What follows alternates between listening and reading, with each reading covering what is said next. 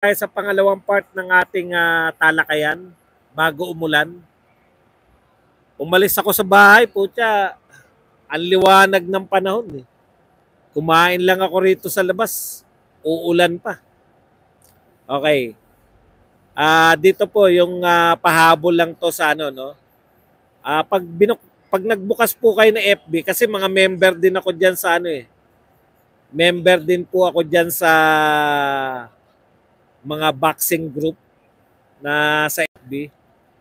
Grabe no, ang lawak po ng pang-insulto. Ang lawak po ng pang-insulto natin kay Cuadro Alas bilang champion, no? Ngayon lang po ako nakakita. Ito, iba na po yung mga yung mga naninira na yung mga nag-aaway-away ngayon na alam naman natin kung bakit nag-aaway-away yan dahil contest yan eh.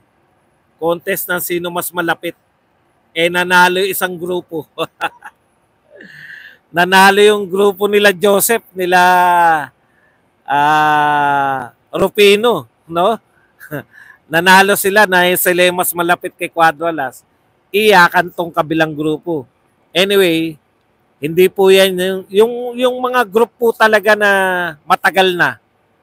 Nagsisimula pa lang ako sa boxing as vlogger. Nariyan na yung mga grupo na yan eh.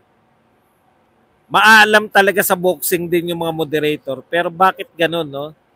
Mapapansin natin, bakit natin binabanatan yung sarili nating champion? Yung iba nga, pinagmamalaki pa yung champion ng Japan na si Inoue. No? Para lang maliitin yung champion natin na si Cuadro Alas. Alam nyo, sa totoo lang, real talk po tayo, pag minaliit nyo po si Cuadro Alas, hindi lang po si Cuadro Alas ang minamaliit nyo. Minamaliit nyo po yung buong boxing community, lahat po ng mga boxer natin ngayon. Kasi si Cuadro Alas na po ang pinakamatagumpay nating champion so far. Yung active yung mga active. O, syempre, maliban kay Donaire. Pero kahit isama na si Donaire, so far, ang kumbaga panahon to ni Cuadro Alas eh. Kung nagagawa niyong maliit, yung minamaliit po ninyo, yung pinakasikat, yung pinaka representative ng ating Philippine boxing, yung face of Philippine boxing natin, nagagawa niyong maliitin at inaangat nyo si Inoue para lang po maliitin si Cuadro Alas, pwede naman po kayo maging tagahanga ni Inoue. Di po ba? Pwede naman talaga rin yun. Ako nga, tagahanga rin ako ng mga ni Navarrete, tagahanga rin ako ni Tank Davis, tagahanga din ako ni Chupimo Lopez, no? Tagahanga din po ako ni sino pa ba? Ni Tyson Fury, ng mga taga-ibang bansa. Pero hindi po ibig sabihin na porket tagahanga nila ako, mamaliitin ko na yung boksingerong Pilipino na nagbibigay tuloy-tuloy ng karangalan sa atin. No? Bakit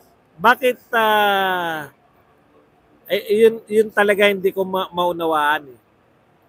Ano yung nagawa sa inyo ni Cuadro Alas para kasi naunawaan ko yung mga batibot nawalan ng di ba?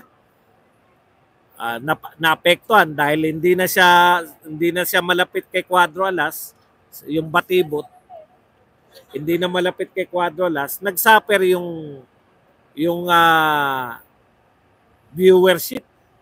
Dati million views ang nung kasama nila si Cuadro Alas, million views lagi sila, di ba? O talaga magagalit sila kay Cuadro Alas. Yung iba naman po, si Lunas, may karapatan din magalit kasi matagal na siyang part ng team. May karapatan pala magtampo. Hindi magalit. Hindi naman yata sila inagrabyado ni Quadrolas eh. Okay. Pero yung the rest ng Pinoy boxing fan, no? Bakit po nyo kinukutya, minamaliit? Sinasabi nyo po na hindi naman kilala. Totoo naman po eh. Sino po bang nagsabi na kilalang kilala si Quadrolas sa buong mundo? Mag-real talk na po tayo. Siguro hindi pa kayo boxing fans before Pacquiao. Kami po, before Pacquiao, pag sinabing world champion na Pinoy, dito lang po sa Pilipinas sikat. Si Pacquiao po, hindi po siya ang norm ng mga world champion. Si Pacquiao po ang ating exemption. Siya lang po ang tanging world champion na kilala sa buong mundo. Siya lang po ang tanging world champion na Pinoy na naging number 1 pound for pound, naging number 1 pay-per-view king. At higit sa lahat, global superstar. Wala na pong nauna sa kanya na global superstar na Pinoy world champion at wala na pong susunod. Bumalik na po tayo sa naturalesa ng Philippine boxing. Kung ano po si Quadrolas, ganyan lang po lahat ng champion natin nun. Dito po sikat sa Pilipinas. Ang kaibahan ni Quadrolas, pati sa Japan sikat siya. Hindi nyo ba naintindihan? Dinudumog siya sa Japan. At least may 2 bansa na kilala si Quadrolas. At hindi po yan naranasan ng ibang world champion natin, malibang kay Donaire. Lahat po ng world champion natin na hindi nagngangalang Pacquiao at Donaire, sa Pilipinas lang po kilala. Inaano ko lang sa inyo, pinapakita ko lang sa inyo, no? Kung ano po yung katotohanan. Yan sila Rolando Navarrete, eto magkapatid na Peñalosa, si Espinosa. Sila lahat dito lang po nakilala yan sa Pilipinas. Dito lang po sila kilala kahit world champion po sila. Yan po ang katotohanan. Ngayon, kung kakantsawan nyo si Quadrolas dahil siya ay hindi sikat sa Amerika, wala pong Pinoy champion maliban sa kay Pacquiao at Donaire na kilala sa Amerika. Kaya natatawa ako sa mga nagdudunong-dunungan sa boxing na hindi naman daw kilala si Quadrolas sa ibang bansa. Sino po ba ang world champion natin maliban kay Pacquiao at Donaire? Nakilala. Eto na po yun.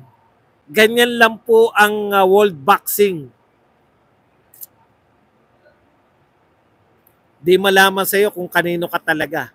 Duterte po ako para malito ang utak mo. Duterte BBM po ako. Di litong-lito ka na. Di ko maintindihan kung ano ibig mo sabihin na hindi mo alam eh. Ang tagal-tagal ko na kay Quadrolas eh. Hindi mo pa rin alam.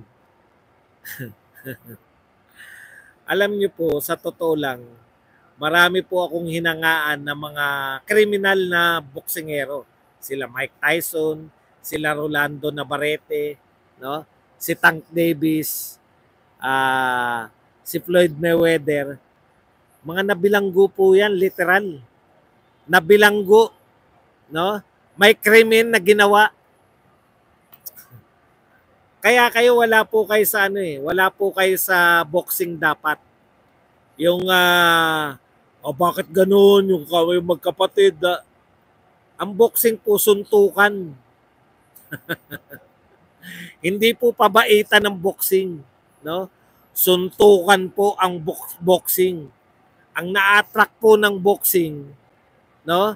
Yung talagang mahilig makipagsuntukan. Kayo naman, no? Sabi nga sa inyo, hindi natin po pwede na si Pacquiao ay gawin natin na yan lang maging batayan. Abnormalidad po si Pacquiao ng boxing. Pero ang karamihan po na na-attract sa boxing, yeah?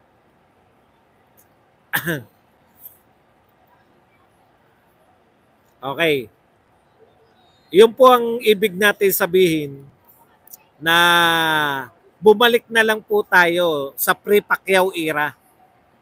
Yung pre-Pacquiao era, may mga champion din tayo, pa isang world champion, at ang nakakakilala lang po sa kanila, Pilipinas at mga Pilipino.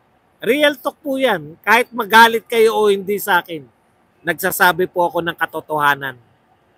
O ngayon, kung kinakantsawan nyo po si Cuadro Alas, dahil siya ay sikat lang dito sa Pilipinas at sa Japan, puta kalain mo yun, sikat pa sa Japan. Yung mga Pilipino champion nung araw, Peñalosa, magkapatid na Peñalosa, Espinosa, sino pa ba? Rolando Bohol, Rolando Navarrete, at sangkatutak pang iba. Dito nga sa Pilipinas lang sikat eh. Kaya po yung respeto, yun na nawala sa mga boxing fans ngayon. Yung respeto na awayin natin na parang dayok-yokin, dayok-yokin natin yung mga champion natin, total kangkungan naman yung mga yan. Pero ituring yung kangkungan, isa sa pinakamalaking boksingero, pinakamalaking kinita na boksingerong Pilipino. Imaginein po ninyo yun. Isa po siya isa sa pinakamalaki, siguro kung mga top 5 na Filipino champion na pinakamalaking kinita sa boxing. Kasama si Casimiro. Para kantsawan natin na siya ay kangkong.